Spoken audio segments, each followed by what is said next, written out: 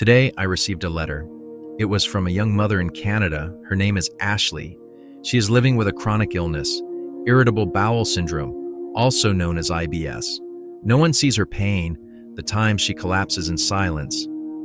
But what moved me the most was how she chose to face it, without complaint, without despair, but with gratitude.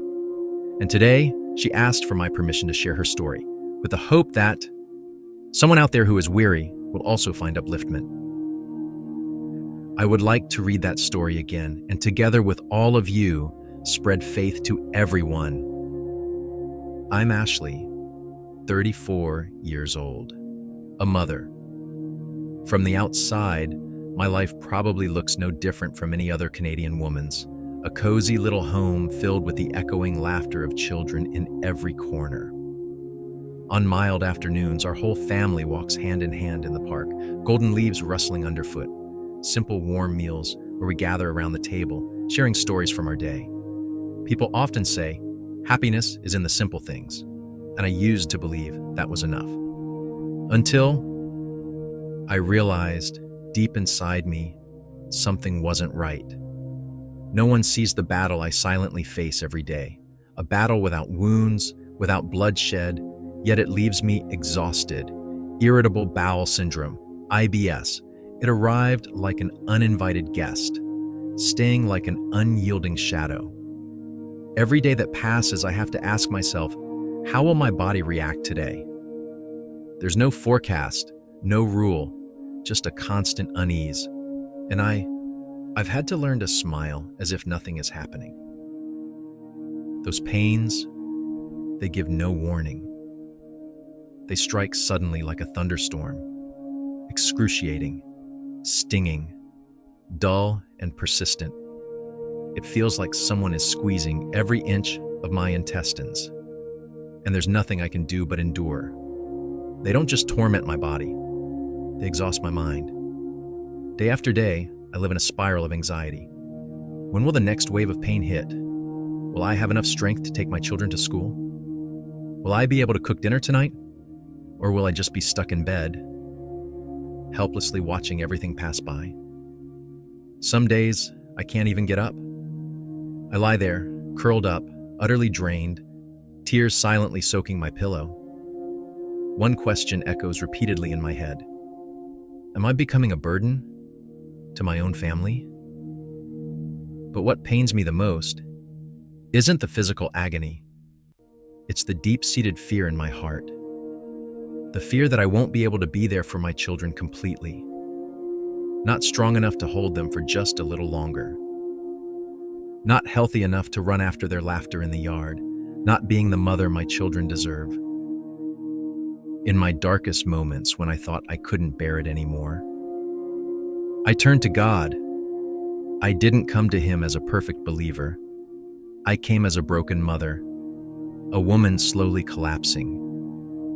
I came, bringing all my exhaustion, unanswered questions, and the silent tears of the night.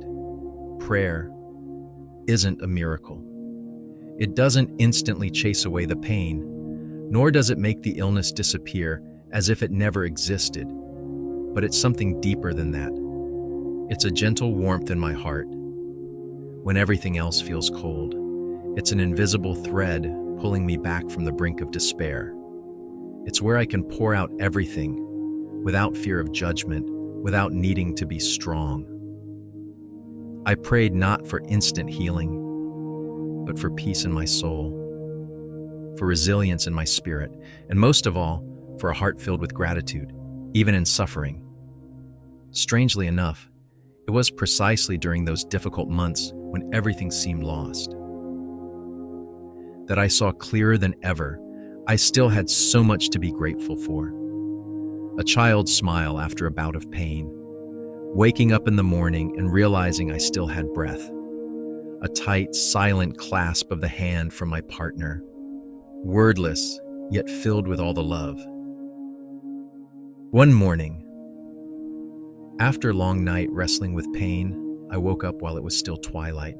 The room was quiet. Only the soft whisper of the wind rustling tree branches outside the window. I turned to look at my children. Two tiny angels sound asleep, their breathing steady, their faces gentle as cherubs. The morning sun gently filtered through the curtains, casting a golden, soft glow on their skin, tender as a blessing from heaven. I lay there silently, gazing, feeling, and my heart suddenly swelled with an emotion difficult to name: peace, gratitude, and something compelling. It was in that tiny moment between exhaustion and wonder that an unexpected idea sparked in my mind. Why don't I make a video? Not a video to lament, not to talk about illness or pain, but a video about gratitude, a small gift, a gentle reminder that even on the darkest days, light is always present, if only we are still enough to see it. I started filming. Initially, it was really hard. Not hard because of a lack of equipment or time, but because a question kept echoing endlessly in my mind. How can I talk about gratitude when my body is still screaming in pain? I looked into the lens, silent, because some pains can't be expressed in words, and there are also some feelings, like gratitude, that need to be awakened first by silence. Then, little by little, like dewdrops gradually appearing under the morning sun, small things began to become clear. I saw my child smile when they innocently hugged me from behind. I recorded the moment that tiny hand grasped mine, fragile yet incredibly warm. I filmed the flowers I planted in the garden, still thriving, even when the soil was sometimes barren. Or simply the moment I sipped a warm cup of tea in silence as the early light streamed through the window. Nothing grand, no dazzling miracle. But precisely those small things, they are the miracle. In that video, I hid nothing. I didn't paint my life as a perfect picture. I didn't gloss over the weary days, nor did I avoid the pain called IBS, irritable bowel syndrome, that I live with every day. I shared honestly about the challenges the illness brings, about the times I couldn't get out of bed, about the fear of becoming a burden to those I love, about feelings of helplessness, being overwhelmed, and sometimes even despair. But I also talked about how I chose to face all of it. I spoke about my journey to find peace, not by chasing away the pain, but by finding beauty amidst the pain. I shared the moments I learned to listen to my body, not to judge it, but to love and accept it, even when it wasn't perfect. I talked about prayer, those silent conversations with God, not needing immediate answers, but always bringing me something precious, steadfastness. And I talked about hope, not blind hope, but a gentle faith that even when I can't do everything, I can still do something meaningful. Even when I have limitations, I can still live fully within those very limits. Maybe I can't run a marathon, I said in the video, my voice trembling slightly, but my gaze steady, like a candle unextinguished in the wind. But I can hold my children's hands and walk with them in the park. I paused for a moment, swallowing back the tears that threatened to fall. Maybe I can't eat all the foods I used to love, but I'm grateful for every meal I can still enjoy, no matter how simple. I looked up, straight into the lens, no longer trying to appear strong.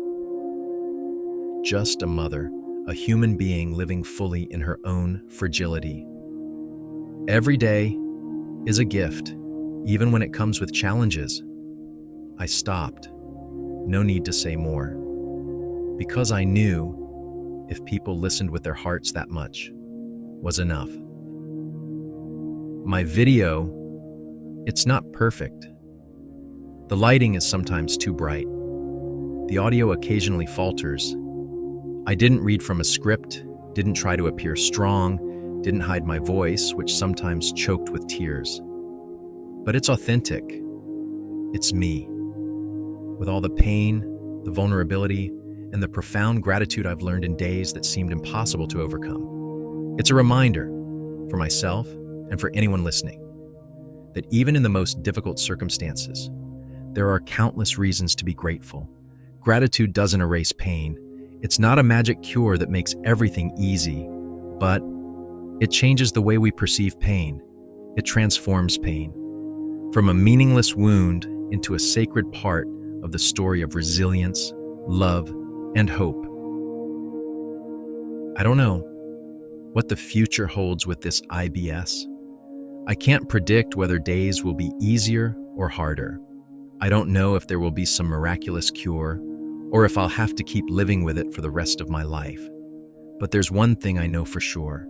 I will continue to pray, continue to fight, and continue to find gratitude in every day I'm given. Because I am a mother, and I choose to be a courageous mother, a mother who dares to face the adversities of fate. I want my children to see in me not just pain, but light in the darkness, the choice not to surrender, even if the road ahead may be rough and challenging. I want them to know, even when life gets difficult, we can still find light.